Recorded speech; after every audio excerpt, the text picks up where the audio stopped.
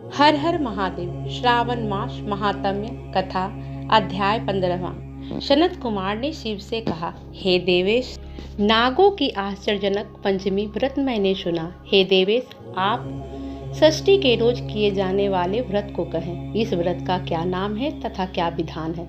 शिव ने सनत कुमार से कहा, हे विपेंद्र, श्रावण मास शुक्ल पक्ष की षष्ठी तिथि को महामृत्यु विनाशक उत्तम सुपोदन नामक व्रत को करें। शिवालय में या घर पर प्रयत्न पूर्वक शिव का अर्चन कर सविधि चावल, आटे, भात का नैवेद्य नमक सहित आम का साग रखें। ब्राह्मणों को नैवेद्य पदार्थों का बायना दे। जो विधि से इस व्रत को करता है उसे अनंत पुण्य हो जाता है।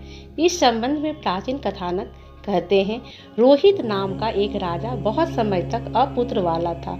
उसने पुतार्थ अत्यंत कठिन तप किया। तप के प्रभाव से प्रकट हो ब्रह्मा ने उससे कहा, हे राजन, तेरे भाग्य में पुत्र है ही नहीं। फिर भी वह पुत्र के प्रत्यार्थ कठिन तपस्या करते रहा। संकट में होकर ब्रह्मा फिर प्रकट हो बोले, हे राजन, तुम्हें मेरा दिया हुआ जो पुत्र होगा वह अल्पायु होगा। इस प्रश्न पर राजा और रानी ने यो निश्चय किया कि पुत्र प्राप्ति के से वंध्यापन तो हट जाएगा, लोक में अपुत्र होने की निंदा तो मिट जाएगी। यही बहुत है। ब्रह्मा के वरदान से शोक और हर्ष से युक्त पुत्र हुआ। राजा ने जात कर्म आदि संस्कार यथाविधि किए। दक्षिणा नाम वाली रानी तथा राजा रोहित ने स्नेहवश उसका शिवदत्त यह नाम रखा। मन में डरते हुए भूमिपाल ने उस लड़के का उपनयन संस्कार किया। मृत्यु के भय से विवाह नहीं किया। जब 16 साल का हुआ तो उसकी मृत्यु हो गई। उस ब्रह्मचारी पुत्र के मरण की याद से राजा बहुत ही चिंता में लगा रहने लगा, क्योंकि जिस वंश में ब्रह्मचारी का मरण होता है उसका क्षय हो जाता है। सनत कुमार ने शिव से पूछा कि क्या कोई उपाय नहीं? यदि कोई उपाय हो तो मुझसे कहें, जिसे करने से दोष की शांति हो। ईश्वर ने सनत कुमार से कहा, हे सनत कुमार, यदि स्नातक या ब्रह्मचारी आदि हो तो अर्क विधि से विवाह संयोग कर पेड़ तथा ब्रह्मचारी को मिलाकर देश काल गोत्र नाम को कहें। यह कहें कि मेरे ब्रह्मचारी की शांति के लिए वैसर्गिक व्रत को करता हूँ।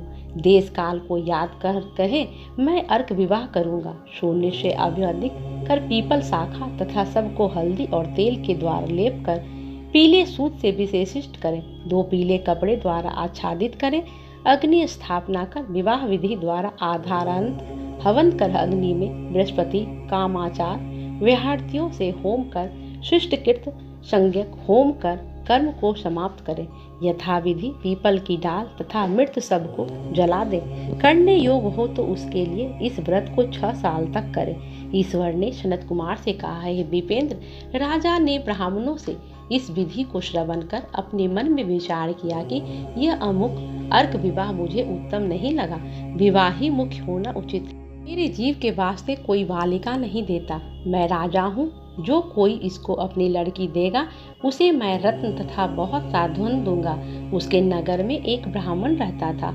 वह दूसरे देश गया हुआ था। उसकी प्रथम मृत पत्नी से एक लड़की थी। दूसरी विवाहिता स्त्री बहुत दुष्टा थी।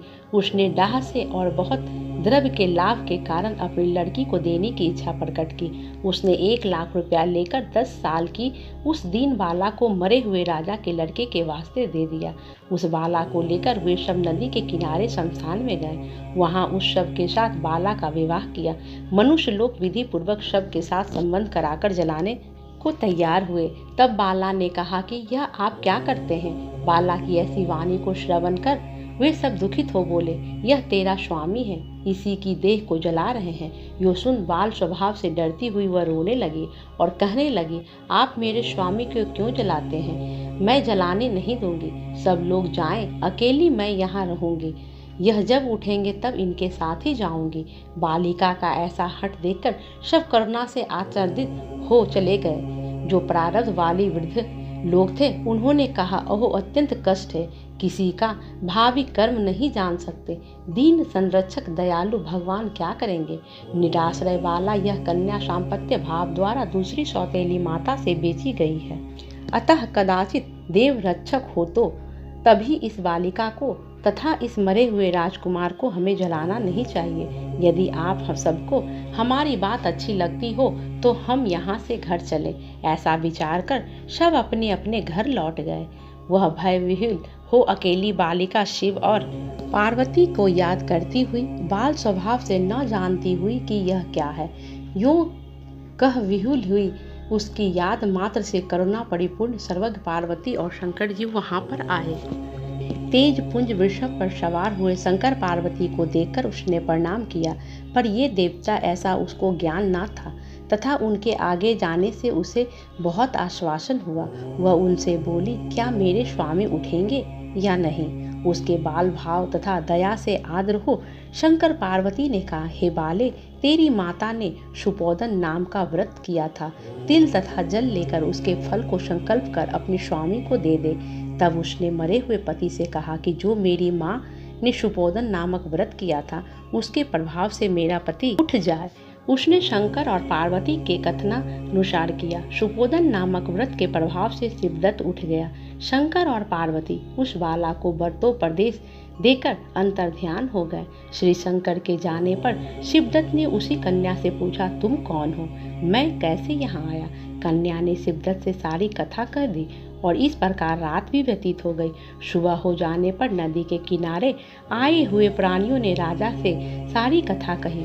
हे राजन, आपके पुत्र और पुत्रवधू नदी के किनारे हैं। प्रामाणिक विश्वसनीय मनुष्यों से इस वार्ता को श्रवण कर राजा अत्यंत प्रसन्न हो नगारा बजवाता हुआ नदी के किनारे पर आया। सभी ने राजा की प्रसन्न होकर स्तुति की। हे राजन, आपका मरा लड़का फिर कालगृह से लौट आया। राजा ने पुत्र वधू की प्रशंसा की और कहा, मेरी स्तुति क्यों कर रहे हो? मैं महान मृदभादी अधर्मी हूँ। मेरी यह पुत्र वधू सुभगा धन्य है। इसके सजीव पुण्य से यह मेरा लड़का जी उठा है। यो राजा ने पुत्र वधू की स्तुति की तथा उत्तम चीजों का दान द्वारा अर्चन किया। मरे हुए को गांव से बाहर कर जीवित हो जाने पर गांव में प्रवेश करने के निमित्त ब्राह्मण के कहने विधान से शांति की। हे वत्स, मैंने तुमसे सुपोदन नामक व्रत को कहा, इसे 5 साल करने के बाद उद्यापन करें। शंकर पार्वती का रोज अर्चन कर चरु तथा आम के पत्ते से सुबह होम करें।